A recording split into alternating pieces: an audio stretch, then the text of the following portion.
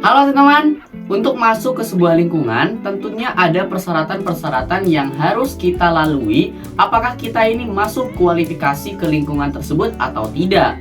Begitu pula dengan KIP kuliah. Teman-teman, ada persyaratan-persyaratan yang teman-teman harus lalui sebelum mendaftar KIP kuliah itu. Jadi tidak hanya semata teman-teman daftar melalui link Kemdikbud dan teman-teman tidak tahu persyaratannya itu apa aja. Jadi, apakah saya ini termasuk kualifikasi KIP kuliah atau bukan? Seperti itu, teman-teman. Lantas, apa aja sih persyaratan-persyaratan yang harus teman-teman ketahui sebelum mendaftar KIP kuliah? Simak terus videonya. Halo teman-teman, yang baru tahu channel ini dan baru nonton channel ini, kenalin, nama aku Dadan Ramdhani, aku mahasiswa IPB University angkatan 60 dan baru masuk tahun 2023 dengan beasiswa KIP kuliah.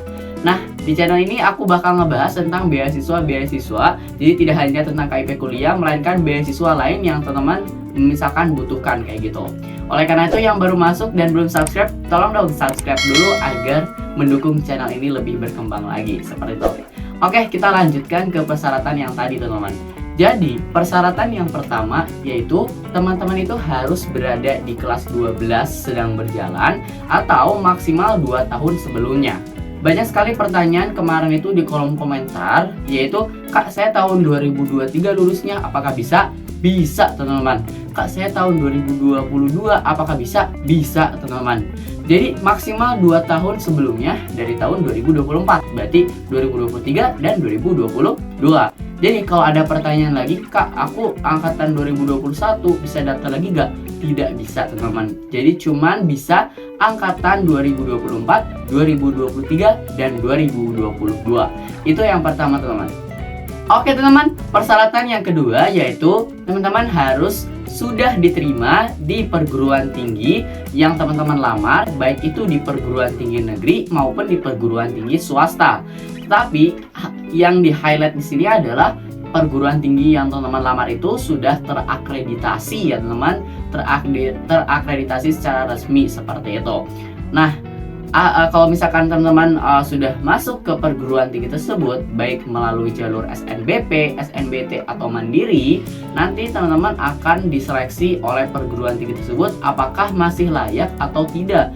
Nanti kalau misalkan teman-teman layak mendapatkan beasiswa KIP kuliah, maka akan dilanjutkan ke proses seleksi wawancara seperti itu. Ketiga, ini merupakan sebuah alasan yang fundamental. Kenapa? Karena beasiswa KIP kuliah ini ditujukan bagi mahasiswa yang kurang mampu tetapi memiliki potensi akademik yang luar biasa. Maksudnya itu memiliki potensi akademik yang mumpuni dan semangat untuk komitmen kuliah seperti itu.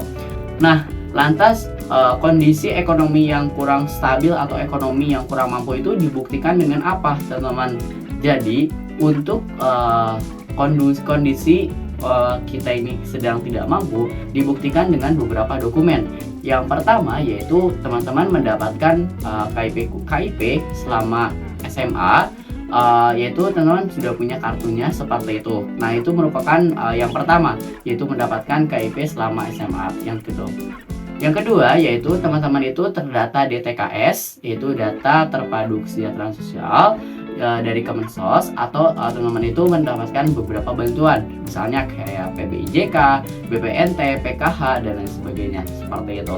Dan ini merupakan hal-hal yang harus saya tegaskan juga ke teman-teman semuanya. Kenapa? Karena terdaftar DTKS ini menurut saya penting, teman-teman. Kenapa? Karena kalau misalkan teman-teman terdaftar DTKS, manfaatnya juga kalau mau UTBK jadi gratis seperti itu. Dan juga kalau misalkan terdata DTKS kan isian di Kemdikbudnya lebih sedikit, isian di akun KIP kuliahnya seperti itu.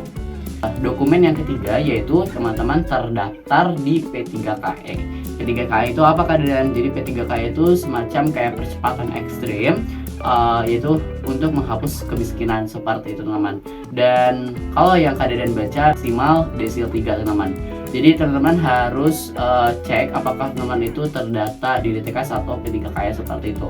Bagaimana cara mengeceknya? Kalau cek DTKS, teman-teman sudah bisa nonton di channel Kak Dadan, yaitu di video yang ini ya, teman-teman, untuk cek DTKS. Tapi untuk cek P3KE, Kak Dadan belum tahu bagaimana caranya, tapi nanti mungkin kalau pas pendaftaran akun teman-teman akan tahu apakah terdata P3KE atau tidak, seperti itu.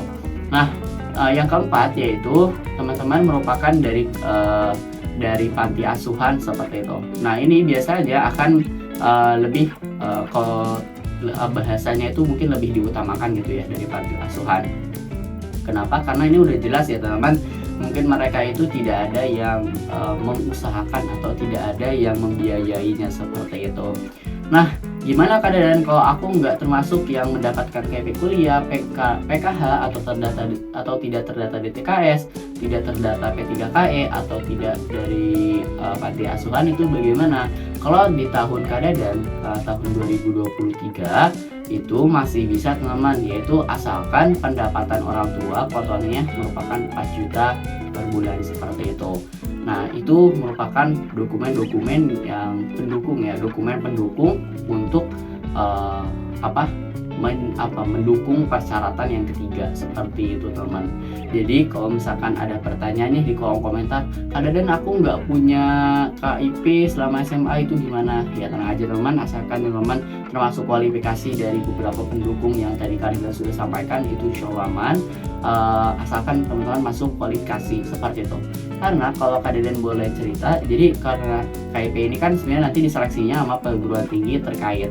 Nah, bagaimana supaya lebih banyak lagi peluang supaya teman-teman terima, itu bagaimana? Yang pertama, kalau menurut Kak Dadan, teman-teman itu daftar di PTN dengan kuota terbanyak. Biasanya kalau kuota terbanyak itu ada di beberapa perguruan tinggi negeri, seperti itu.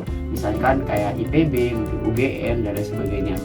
Nah, mungkin yang kedua, teman-teman itu untuk memperbesar peluang, kondisi secara real dan nyata emang seperti itu.